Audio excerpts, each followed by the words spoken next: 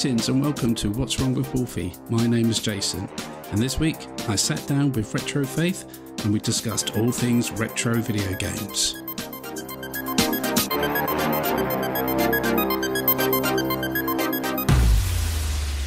Journalist, retro game shop owner, and home to one of the best Sega and Sonic collections ever seen. Please welcome to the Wolfie Pod, Retro Faith.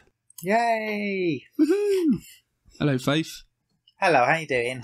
Yeah, good, thanks. I have some would you rather questions, kind of like a quick fire 10 question rounds. So if you're ready, I'd like to ask you those questions right now. Yeah, go for it. Okay. So let's start with, would you rather wear winter clothes all summer or summer clothes all winter? Oh, summer clothes in winter. Would you rather play Super Mario 3 or Super Mario World? Super Mario World. Would you rather talk like Yoda or breathe like Darth Vader for the rest of your life? Yoda. Would you rather play Jet Set Radio or Crazy Taxi? Oh, Crazy Taxi, just about. Would you rather have a hamster-filled bath or a snail shower? Hamster-filled bath. Would you rather play 2D Sonic or 3D Sonic? 2D Sonic. Would you rather live twice as long or win the lottery? Win the lottery. Would you rather spend the night camping or at a luxury hotel? Luxury hotel. Would you rather have to sing everything you want to say or talk in rhyme? Talk in rhyme. Would you rather star in a romantic comedy or a horror movie? Romantic comedy. Awesome. Great answers. Great answers, Faith. I definitely agree with you on a lot of those. Apart from the wearing summer clothes in the winter. Ooh, no thank you. That's it. I was thinking, do I want to be too warm by wearing maybe I would change that actually. Now, if maybe, but it's too late now. Hey, I'm sitting there in my shorts in the snow, braving it like a warrior. Crazy people that you see strolling around in shorts in like -5 degrees. Oh yeah.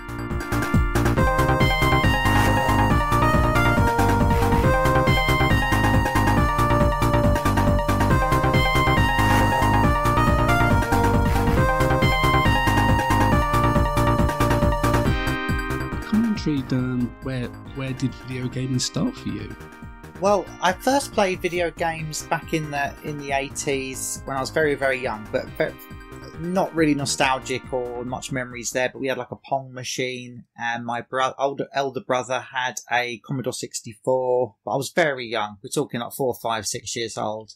Where it really, and I liked video games, but I wasn't particularly into them. But then Christmas 1991. And I know a lot of people have this as a memory. Christmas 1991, Mega Drive was reduced to like a smaller amount, and it had Sonic with it and Mega Games and some things. And my parents bought that for me and my older brother as like a joint present. And as soon as I played Sonic, like I'd already played Sonic before in Boots. Do you remember when Boots used to have games in kiosks? But I sort of had this thing of, well, that was quite cool. But then I didn't think much more about it. But then Christmas 91, my parents got us that, and that was it. I absolutely, since that day, Christmas 1991, been absolutely obsessed with video games. I started with the Master System, so we both starting with Sega consoles. And what was it? Can you remember what it was about Sonic that just, I don't know, captivated you? Yeah, I can actually. And here's the weird thing, because originally we had to play it in black and white because my mum had this thing in her brain where if you plugged video games into the TV in the living room, it would break the TV. Don't ask me. But anyway, so we had this old black and white telly that was my nan's or something, if memory serves. So we were playing it on that for the first 6 months. So I was playing it in black and white. Oh my God. It must have been like a revelation when you got it into colour then.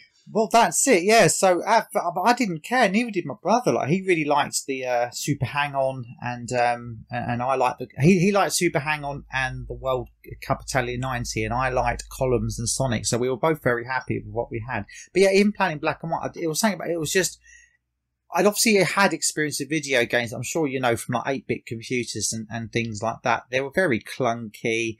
The visualizations weren't amazing. The graphics were very basic, all that kind of stuff. But suddenly Sonic, it was chunky. You could see what it was. This was a blue hedgehog. It wasn't just a little blue box with some little blue pixels coming out of it, like it would have been if it was on a Commodore or whatever. And the way he just moved, and it felt so natural to jump and spin.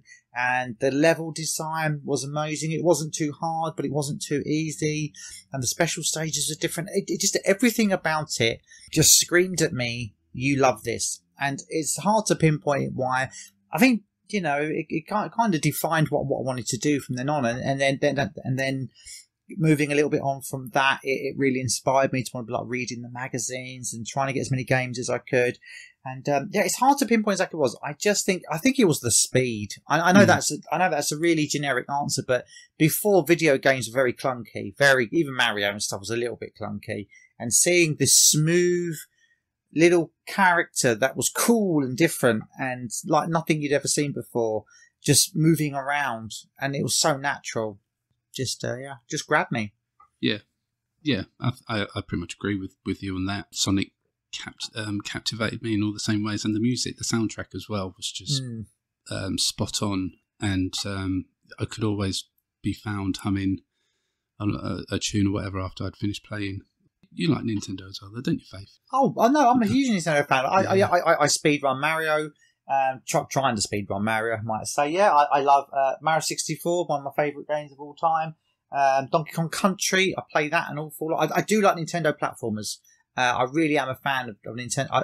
All of them, all the way from the very first one, Donkey Kong in the arcade, all the way up to whatever Mario game they're releasing these days on Switch. I've always been a fan of. I'm not such a fan of their like Pokemon. To me, this is the greatest respect, but it's like baby games to me. Mm-hmm. They're basic. The graphics are annoying. The sounds are annoying. It's too cutesy. There's not enough death or destruction. Pokemon is basically a really, really, really basic JRPG. That's all it is. And apart from the collecting element, it's just like a really basic game. It's not even that fun. I never played Pokemon at all.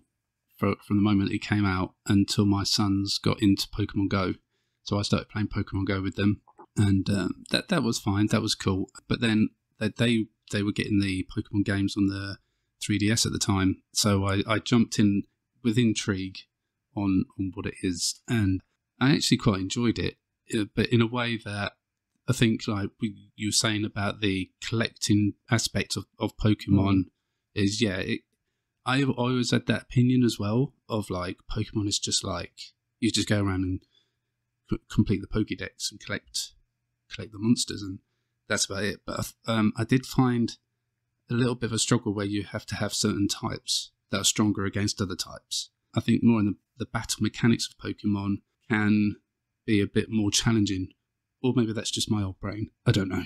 But it might, but you know what? It might have done. I just remember my brother had a Game Boy when it came out, and we got one of the games for that, and we were both sitting there playing it, like because it was the new thing, and honest to God, it was just like the same thing over and over again, just pushing the same buttons over and over and over, watching the same animations over and over and over, and I kind of said, "Oh, this is a bit like." That this is a bit like Final Fantasy. We didn't really know Final Fantasy then so well because it hadn't come out in the UK, but there were still games like that we knew of, and we were like, I remember. Do you know what? I did play another one on the N64, Pokemon Stadium, I think it's called. Mm-hmm. That was a little bit there. That was a little bit more bit more stuff going on. But I watched a few streams of it recently. Like one of my friends that I who really likes it was like, oh, can you just watch the stream for it. I had it on the background, and I'm just watching them do the same thing over and over and over. And it's like I don't get me wrong. I can see why people love it because the characters are very likable and lovable. But unless you're into that kind of cutesy anime stuff, anyway, the game behind it is really, really limited. From what you might be wrong. You might like you said there. You've got a little bit more about almost like rock paper scissors. Haven't you? Like, you've got to have this type of creature to be that kind of creature. I get that a little bit. But, I don't know. It's not for me. It's just not for me. I'd rather play a shmup where I've got high scores to get to and do it in one credit. And, I like skill games. Pokemon isn't a skill game. Selecting menu game. I agree. I know I played Pokemon Sword for quite a while, and what you said about all the animations, and I did get really really fed up of seeing the same animation over and over again. But from what I hear about Arceus, the new one, where they binned all that stuff, sounds like that maybe they're going in the right direction in the series for that kind of stuff. But yeah, I definitely agree with you on that front, because I was getting very, very fed up of that. But your Marios, your F-Zeros, like Donkey Kong, all those kind of more arcade-style games, 100%. I love Nintendo. You did mention a minute ago about speedrunning Mario. Please tell me more about that. Well, this is exactly what it says on the tin. So the world record is, I can't remember, something like 4.5 minutes or something to complete the whole game. So yeah, I'm nowhere near it. I'm about 30 seconds off, which, to be honest, is miles. It doesn't sound a lot, but it's miles away. So you use all the warp pipes. You obviously don't lose a life or get hit at all.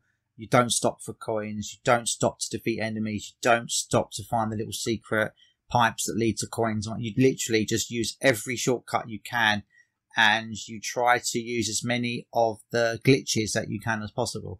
Now, I've been doing this like many speedruns for years. I'm nowhere near it. Like I'm nowhere near what the world record is. I'm like, I'd be ranked like, I don't know, 500,000 or something in terms of speed and time. But yeah, it's a great game because you can complete it in about 5 minutes. It's a good one to speed run if you play it properly. Yeah, you got a whole run. Obviously, you hold it run the whole time. You know all the courses. You know exactly what you got to press, and when it just becomes a memory game with skill.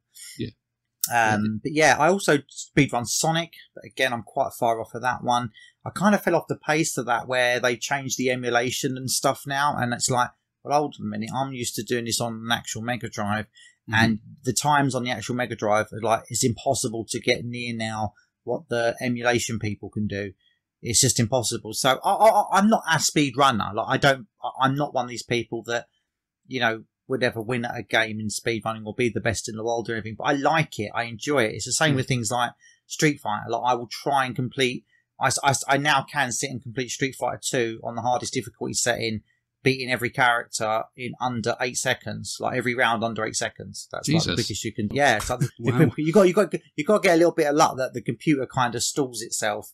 Yeah. So you do get the odd time where it just throws out a random weak punch and you ruins your whole run, but Yeah. you just quickly go back. And with the emulation settings now, you can just click like buttons and it goes back to the start and starts again, and you can have it all loaded in as what character you want and all the speed settings. But more than that, and this is going back to the Pokemon things, because for me, computer games are all about skill.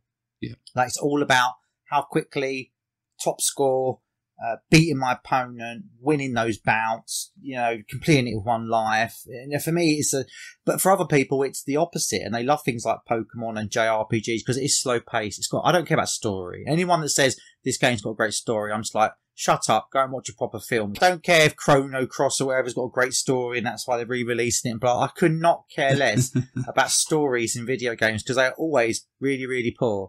I've never, even the really in-depth RPG, there's an RPG I love called Baldur's Gate on the PC, best RPG ever.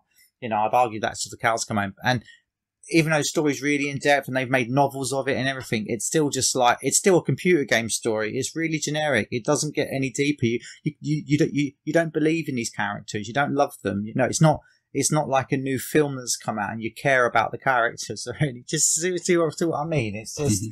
But anyway, isn't that what making great gaming so great, isn't it? That people like me want to sit and speed run them and be competitive, and then I have all the enjoyment in the world, and then someone else wants to sit and play Pokemon or Animal Crossing or Harvest Moon or whatever, where there's no competition whatsoever, but their fun is just as enjoyable as what I'm getting. Yeah, exactly. We all have our own taste, don't we? So yeah, I was wondering actually, have you ever tried speedrunning Sonic Mania? Yeah. I haven't got into Sonic Mania yet because you can do the first level. I think the record on that first one, if you use the drop dash, which is how you do it, you can do it in about 27 seconds or something. I think I've done it in 28 and a half.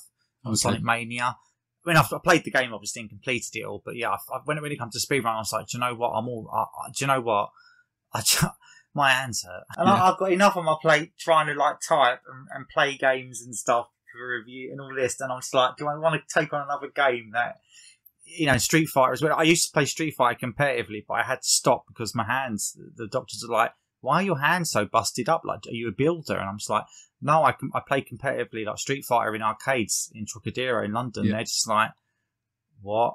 Yeah, I will sit and play it for like 10 hours a day to practice to try and win the tournament. And it's like, my hands, if anyone sees my hands, if I show them, you can see that all the knuckles on the top knuckles are all worn down where they've been hitting on arcade sticks so long. Yeah. War wounds. So I can't do that. So that's one of the reasons how I got into the Mario speedrun and Sonic speedrun, because I knew I couldn't do fighting games anymore. Because I knew I'd end up just completely and utterly destroying my hands, which obviously you need those. Sure. But obviously, controllers compared to arcade sticks, it doesn't batter your hand. Your thumbs get a bit sore, but that's it. But with arcade sticks, gripping that arcade stick is like, it's strange to think. People are like, oh, you're just making up. But when I show them on my knuckles, they're like, oh God, what on earth happened to your hands? Did you get in a car crash or something? I'm like, no, this is from playing Street Fighter in the arcade. Impressive. Yeah. No wonder you got it down to 8 seconds a round. Oh, yeah. It's one of those games that people go, if everybody goes to a party or something and people playing Street Fighter and I come in and someone goes, do you play this? I was like, honestly, you just don't want to bother. And they're like, why? I went, because I know what I do is if they do get me to play, I let them keep beating me, look like I'm playing properly. And then as they're just looking like they're about to beat me and going, I thought you were good at this, I go, yeah, watch this. And then I beat them in about like less than 10 seconds. You got lucky. I was like, well, go on to round 2. And then it's round 2 and I let them do it again. Look like I'm going, oh, you're just getting me. Oh, like make it. And then I'll just, when I get down to my last bit of health, I'll just beat them. The thing is though, with all fighting games it's not really about skill. It's just about learning the game, like how the game works and where the frames are. And as soon as you get that aha moment with any fighting game, you can become an expert at it within minutes, because it is just about spotting it. Like if you watch the frame as they throw a punch, if you know exactly when to push back to block and then know which special move to go into, you can just beat them without getting hit every time. That's really interesting. I mean, because I'm shit at Street Fighter. I'm quite happy to hold my hands up and say that. I was always when me and my friends big time.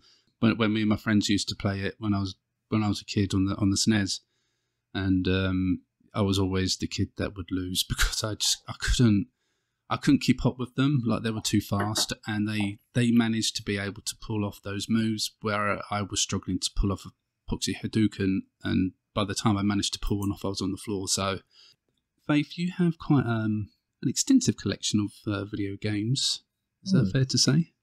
Yeah, I do have quite a lot of Sonic. It depends what you want to talk about, really. I mean, yeah, I've got a lot of games. I'm very fortunate that I you know, like a lot of people go, oh, I wish I'd kept all my stuff from being a kid and all that. Well, I am that kid. I've still got my Mega Drive from when I was 7 sort of person, you know, and I've got all my original games from, you know, whatever console you mentioned. I could be like, yeah, I've still got my first Mario 64 or Street Fighter, whatever game it is. I was very fortunate that I never had to, and I know a lot of people sold their games to fund other things and that, but I don't get me wrong, I sold some stuff obviously, like, you know, but yeah, I've got, if you want to talk about my collection, it's probably best to talk about 2 parts that really are impressive, which is my Sonic collection, as obviously earlier in the podcast we found out about my love for Sonic started, and I have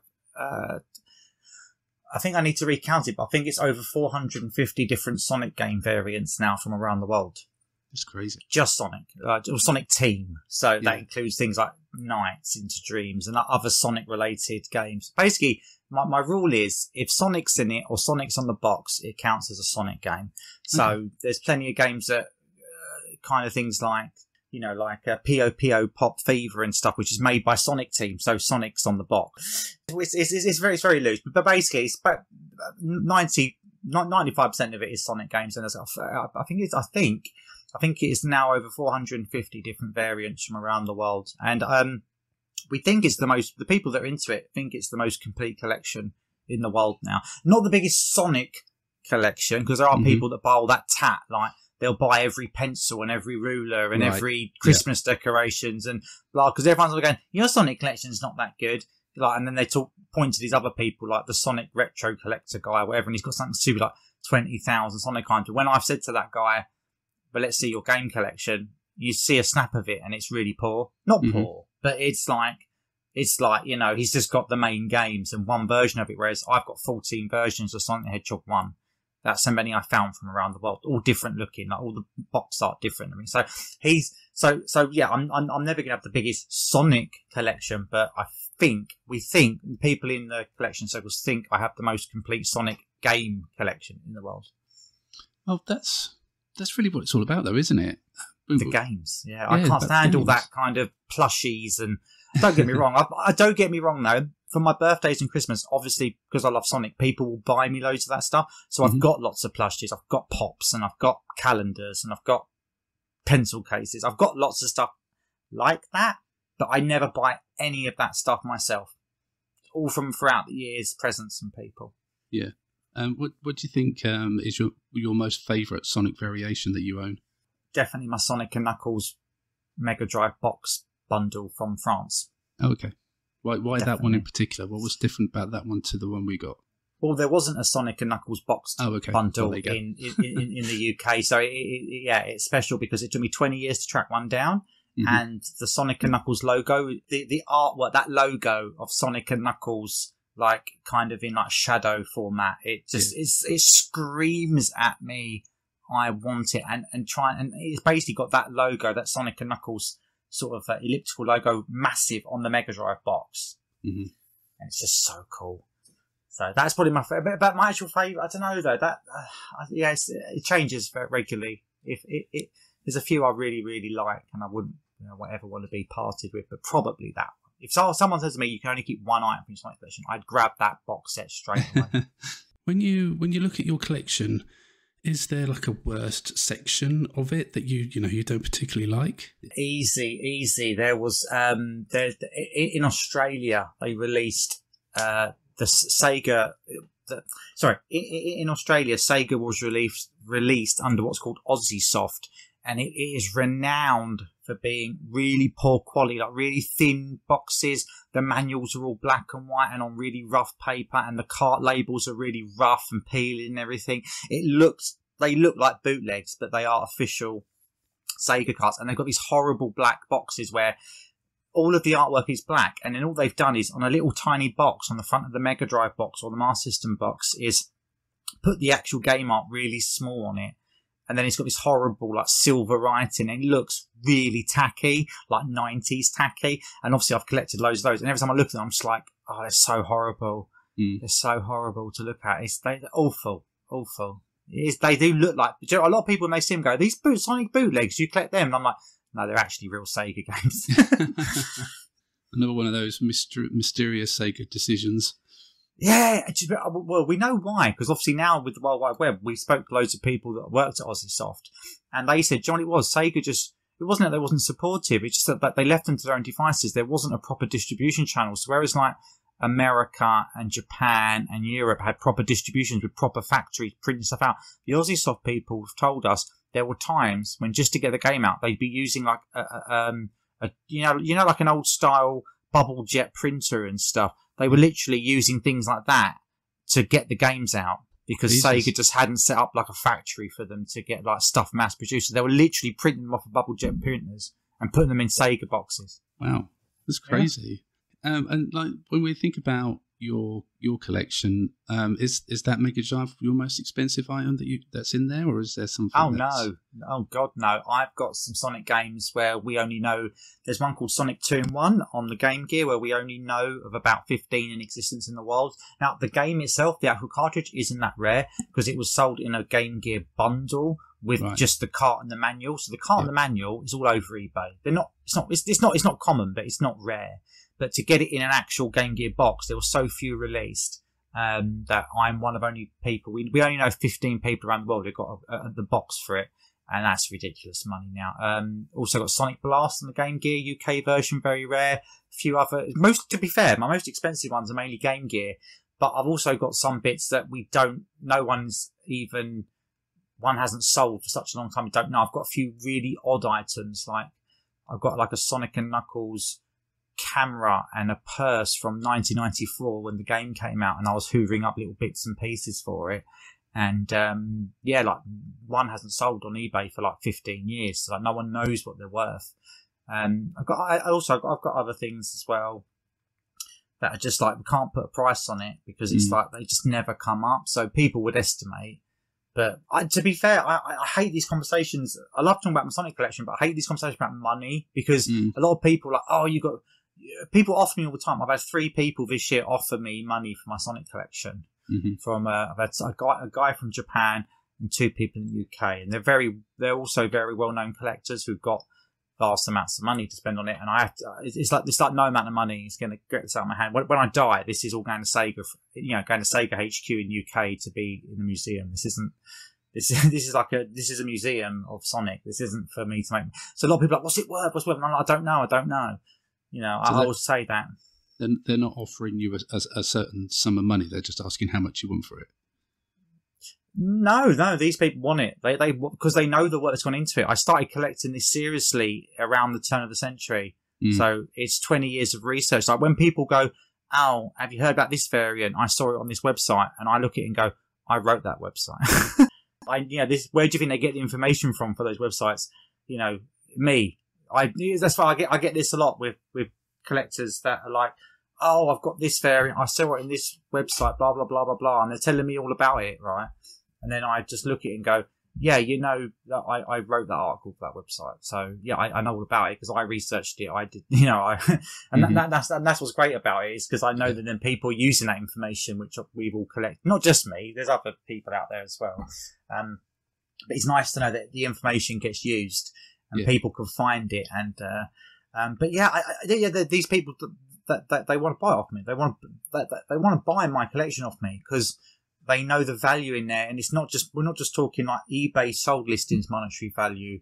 We're talking years of research and years of painstaking. I discovered myself last year 2 new Sonic variants last year that we've now added to our lists, and people are like, "Oh, now," and then I get 20 people tell me they're now going to go and find it. And I'm like, "Yeah, you need to."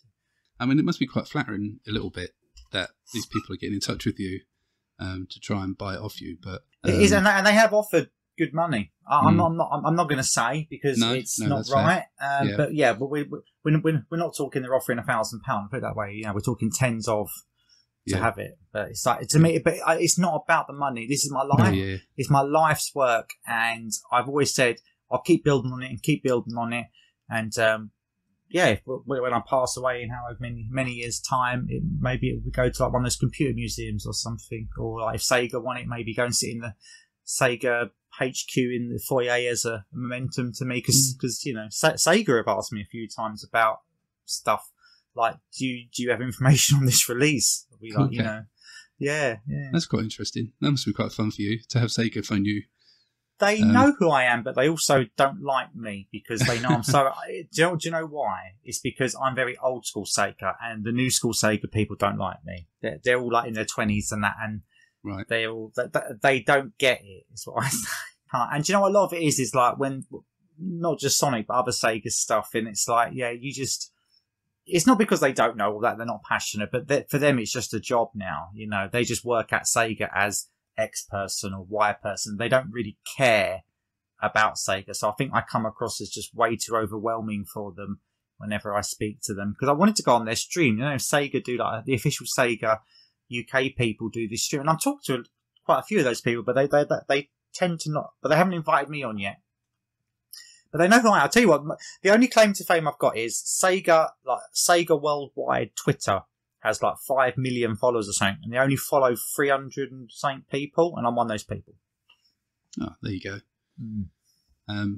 But I was quite interested in what you were saying about like where Sega are filled with like 20 old people like in their 20s or whatever, and they're looking very forward and not really looking back. But do you think that's a bit of a shame? Yes and no. I think it's a shame because there's such a varied history of Sega there, and they are trying. Like they've started this Sega Forever movement where they're trying to look back at all their old games and that, and it's fine. And they're trying to, and then obviously with things like Streets of Rage 4, there was a big buzz about the original Streets of Rage games, and Sonic Mania, big buzz around the original Sonic games. So there is things like that, and it's all fine. But the problem is Sega we know now, it's just not there. We don't have all these arcade machines now. We don't have all these cool beat 'em ups and cool It's just not like that anymore.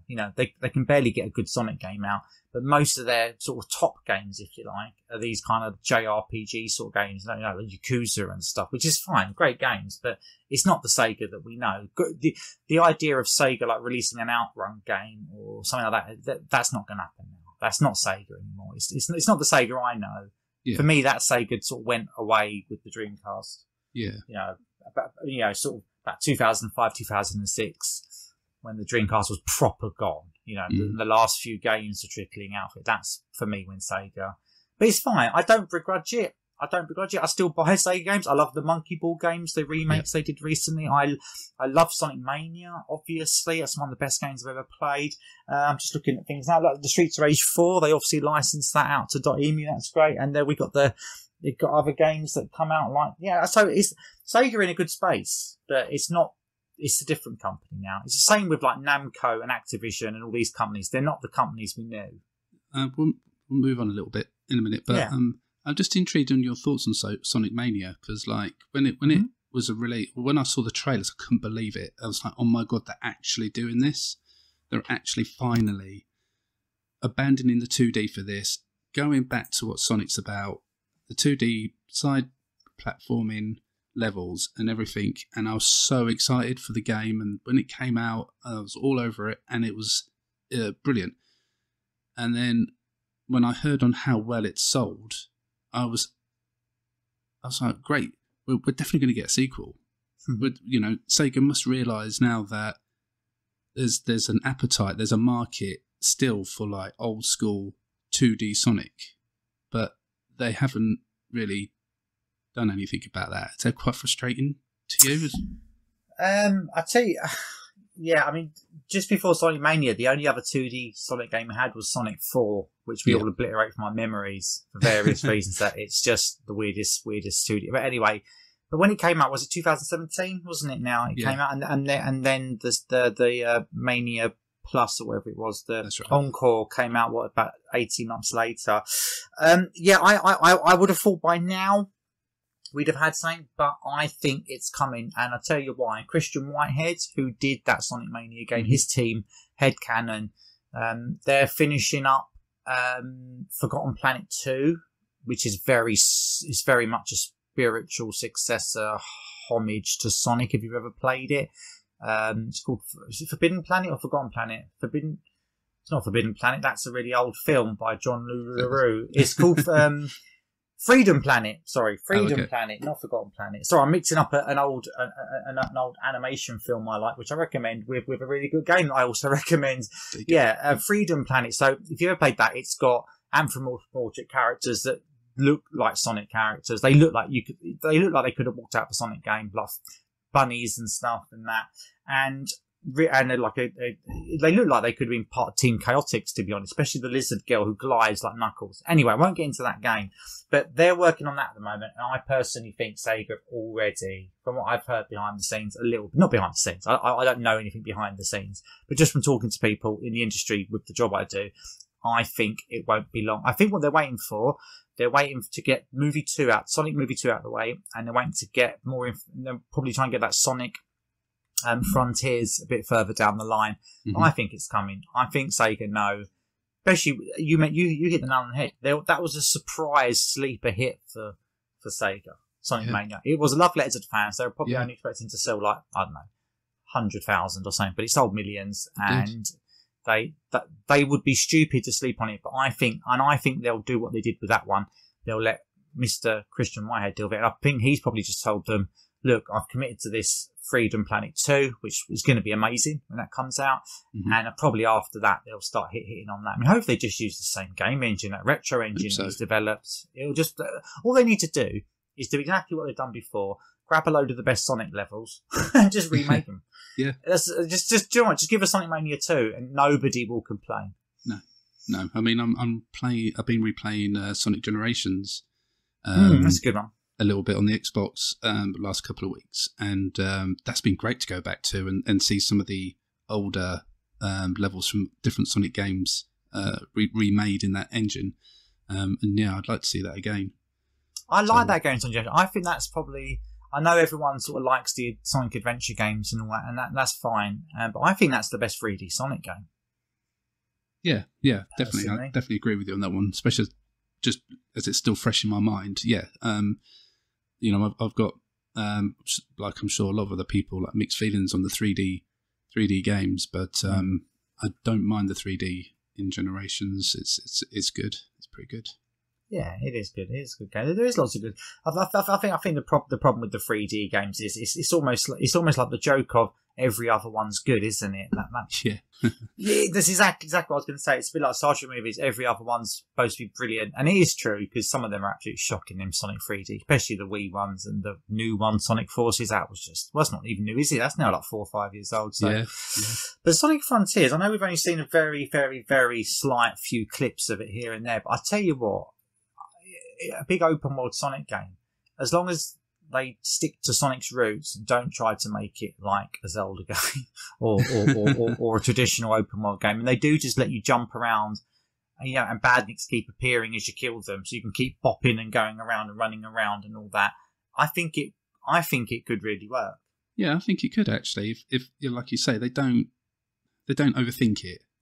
Yeah. That's it. That's what it comes down to. Keep to the core gameplay, and then what they want to do is, I think they could take a little leaf out of Zelda's book. Actually, the new Zelda, was it Breath of the Wild, where you haven't got dungeons, have you? You just got those little mini puzzle games that are basically like dungeons, but then the rest of the world is all massive. I think they could do a little bit of that. Have a massive big Sonic world where you can go through the zones if you like, because it's a big world. So as you go further in, you get to like different parts of the game. So they could do, so you still have your Sonic zones, obviously starting at Green Hill, Star One. So you go through the whole world. But then what you could have is almost like dungeons, but like you could just use star posts or whatever, which zap you to like 2D pixel games, which is like a different world. And that's how you get your Chaos Emeralds, whatever. And there's like, maybe there's like 50 Chaos Emeralds to collect or something. And then once you collect all those, you go and do the final Robotnik version or whatever. I like that idea.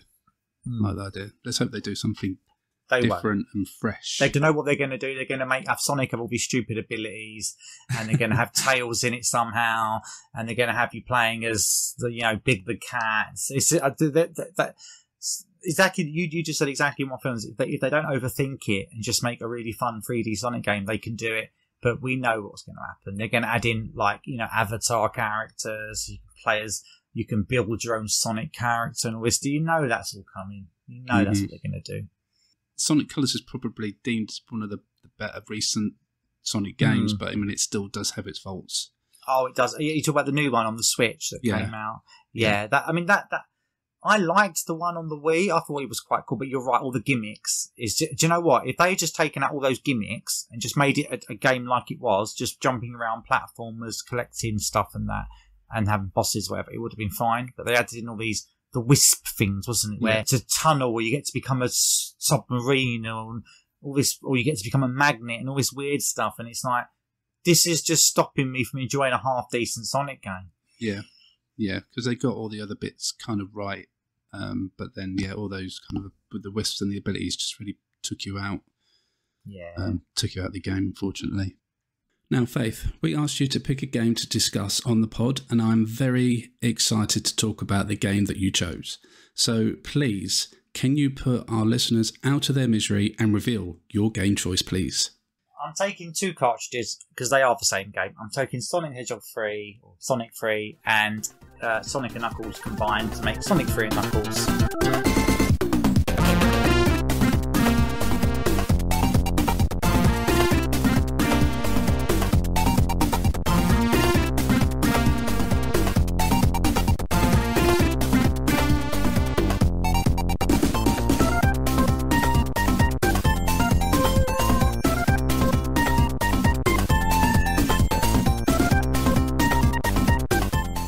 Releasing that as one game, but then they ran out of time or whatever, so they split it into 2. There was 2 reasons. One, they needed to get a new Sonic game out because of reasons.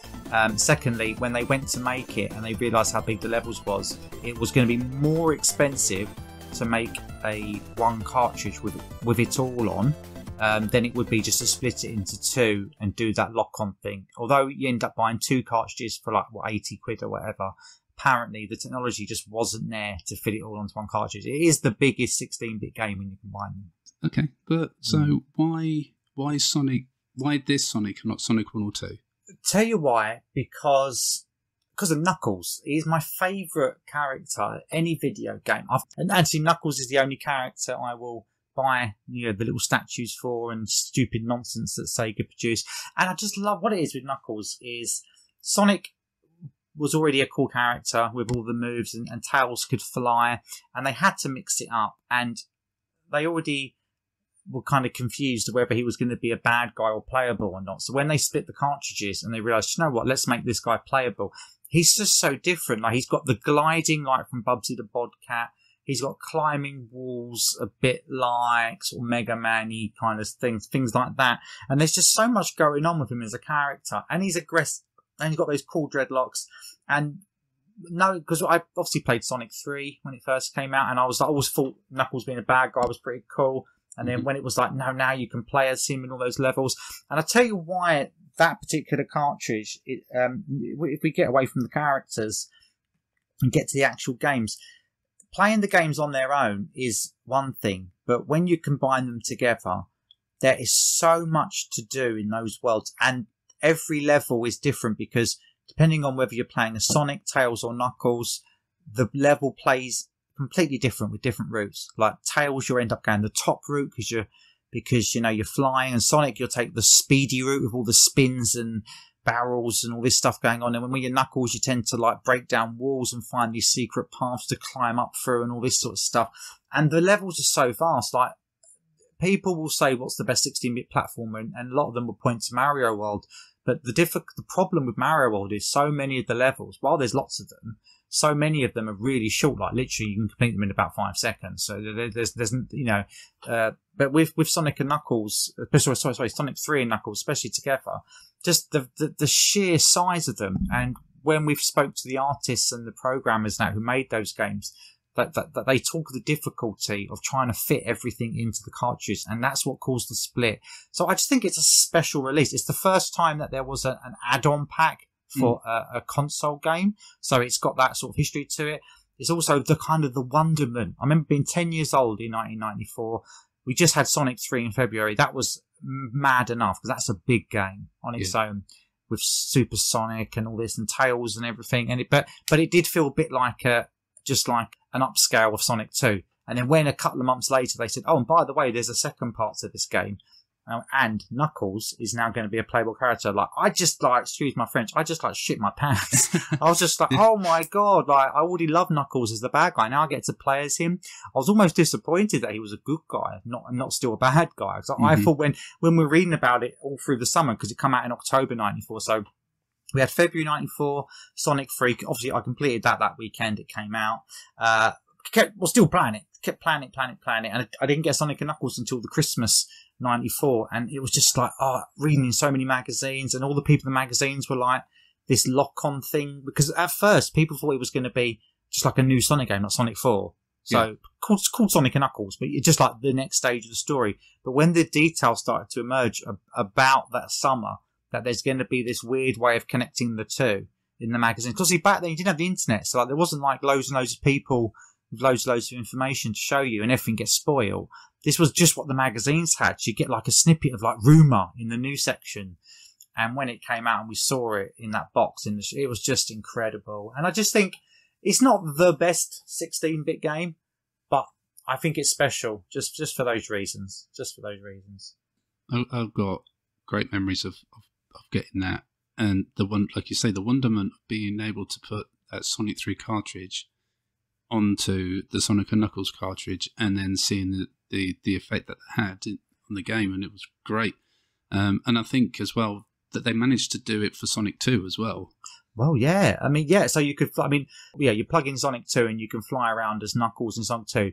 Kind of works. The levels obviously weren't designed for Knuckles' gliding abilities, but it works.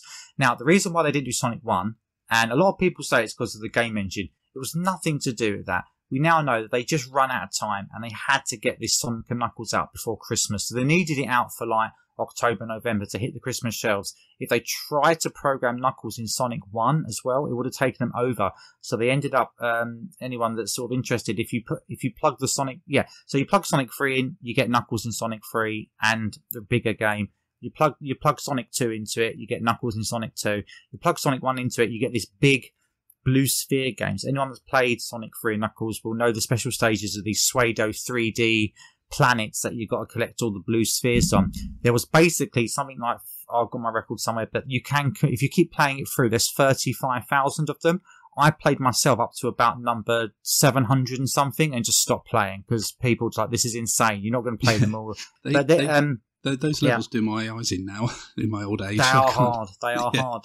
But interestingly, and this is an interesting thing, you now can play Knuckles in Sonic 1 because there's a guy called Stealth who also worked with, again, this all ties into Sonic Mania now because he worked on Sonic Mania with the headcanon team Stealth, and he backwards hacked it, like ROM hack, to put Knuckles in Sonic 1. And I've got the little cartridge. I actually did a piece for it actually on YouTube because it was actually really fun. So we did get that in the end. And actually Knuckles in Sonic 1 plays better than Knuckles in Sonic 2, which is really fun.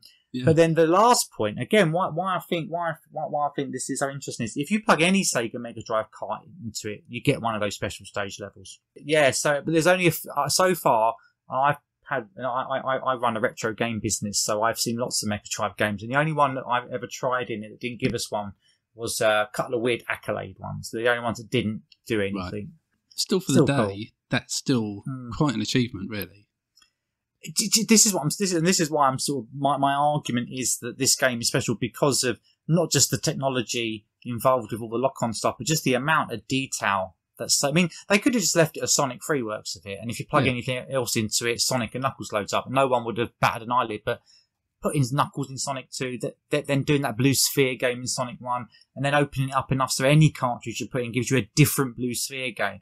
That's a lot going on there. It really feels you're taking Knuckles on as he's the bad boy.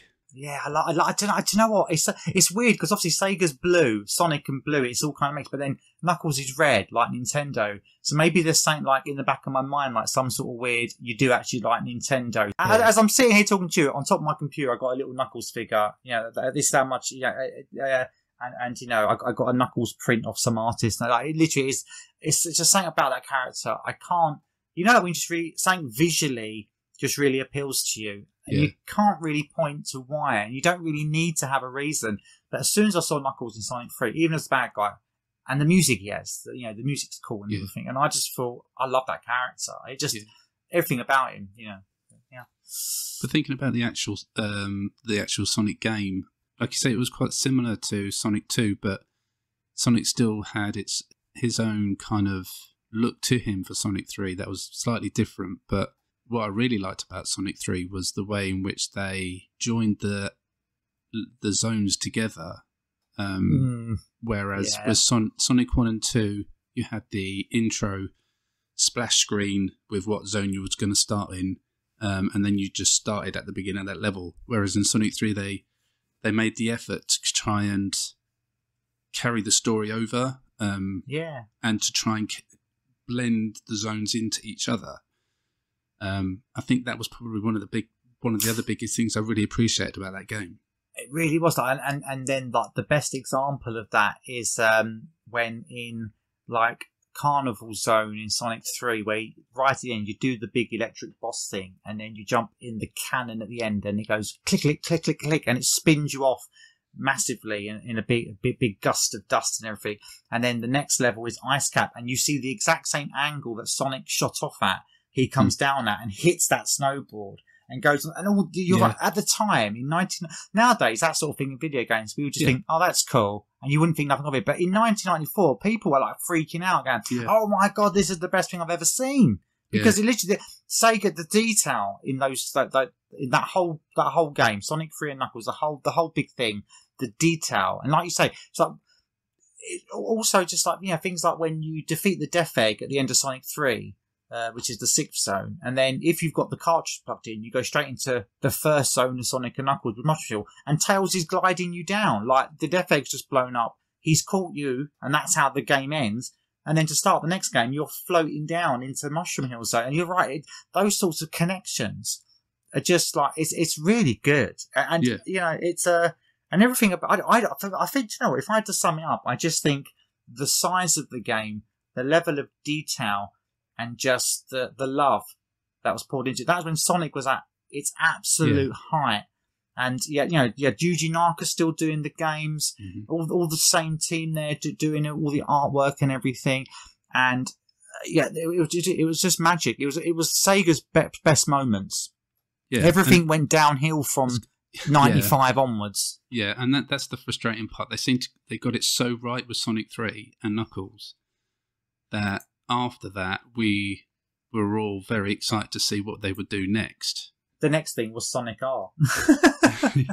They did. Sonic 3D. Yeah. Do you know what? That doesn't get enough love. I play that. Do you know, that is actually one of my favourite Sonic games. The Sega Saturn version. The Mega Drive one is a bit clunky to control, and it is too zoomed in, so it's a bit hard. But the Saturn one, and this is the problem, because the Saturn wasn't popular, that game doesn't really get a look in. Because when people think of Sonic 3D Blast or Flicky's Island, sorry for UK people, they think of the Mega Drive one, which is a little bit rubbish. But the Saturn one, it's more zoomed out. It's got Red Book audio.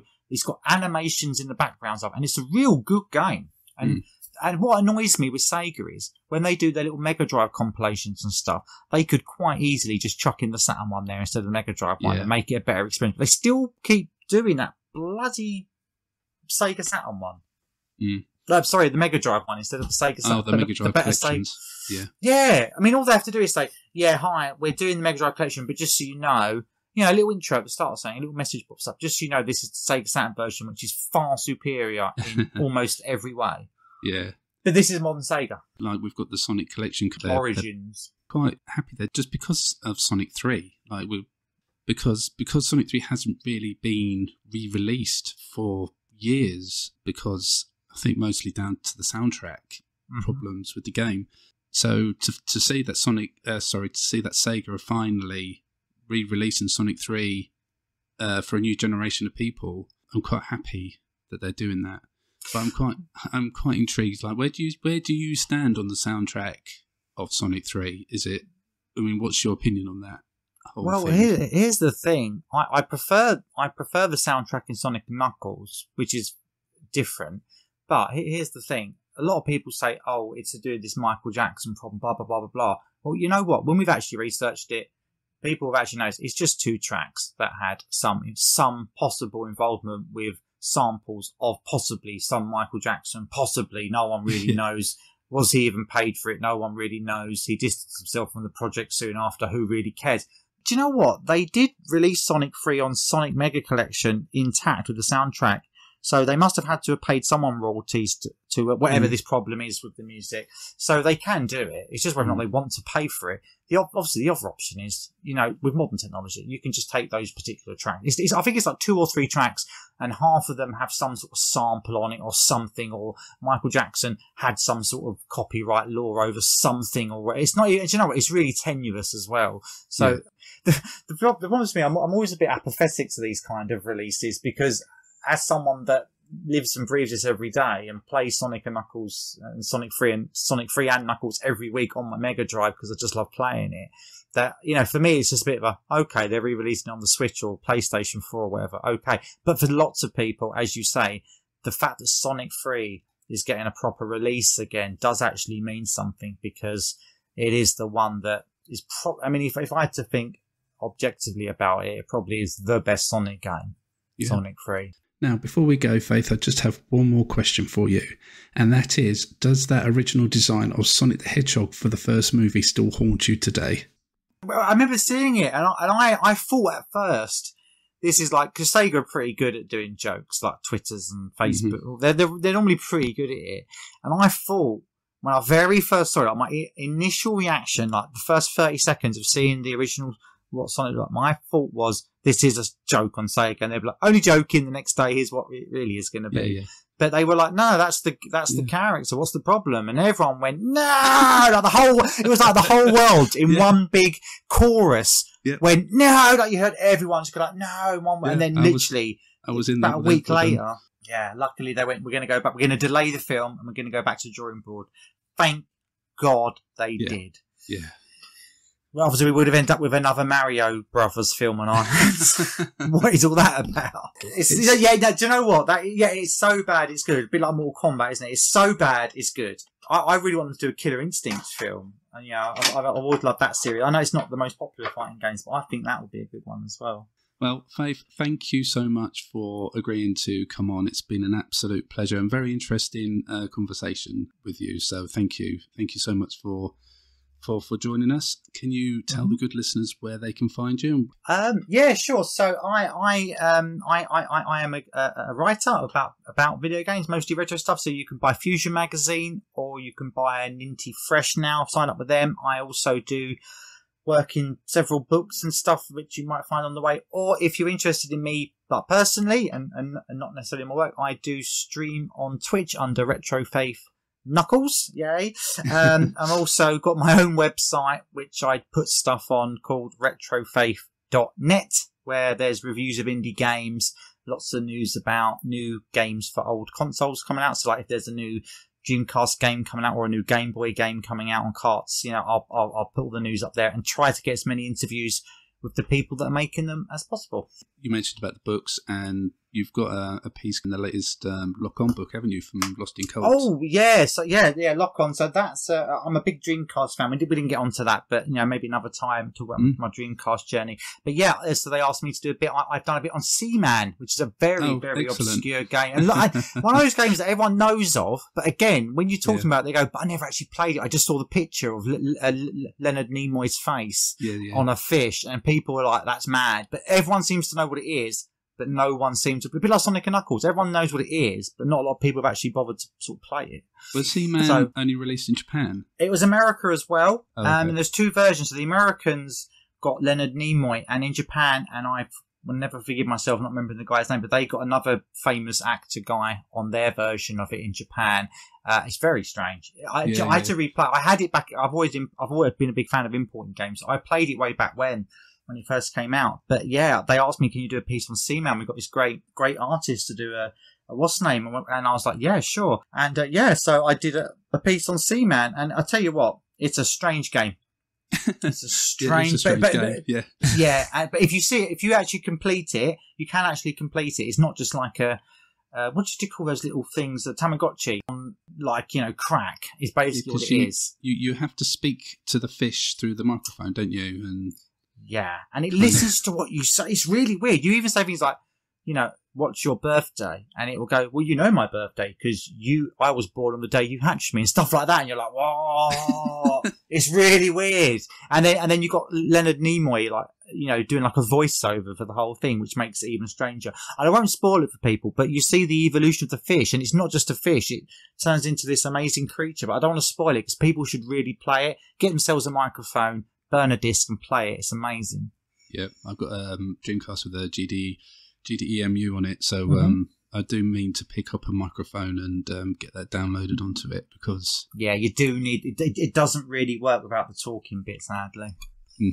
It's one of the more. Do you know? It's at a time when Sega were doing crazy stuff like Rez and Jet Set Radio and all these mad games. Sega Nights Gaga. into Dreams, Sega Gaga, all these crazy games where it was just like Sega, you just get knocking it out of the park with these very original games as well, I might say. Yeah, but then it all went wrong. If you want to have a look at that, you can go and find that at lostincult.co.uk. Well, that's all the time we have for this one. Thank you so much for listening. And if you would like to support us monetarily, you can do just that by visiting our Ko-fi page, where you can throw us a tip starting from just £1. Thank you to all who have done so far. And if that's not right for you right now, you can also support us by just giving us a review and rating on Apple Podcasts or Spotify, and by sharing and liking our social media posts. And please come and find us on the socials at The Wolfie Pod on Twitter and Instagram. You can find links to those, Discord, our Ko-fi page, personal Twitter accounts, and much more on our website at thewolfiepod.com. Thank you all once more for listening. We hope you all stay safe. My name's been Jason. Dom, it's over to you. Well, that's it for another episode of What's Wrong with Wolfie. The boys are off now to hit the roulette table with Patricia Routledge. See you later.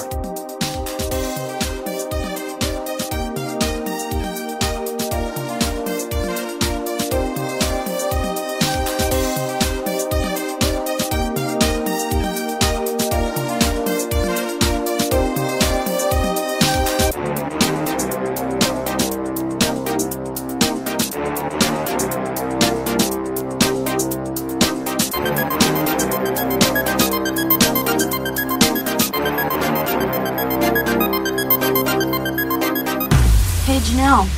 What's wrong with Wolfie? I can hear him barking.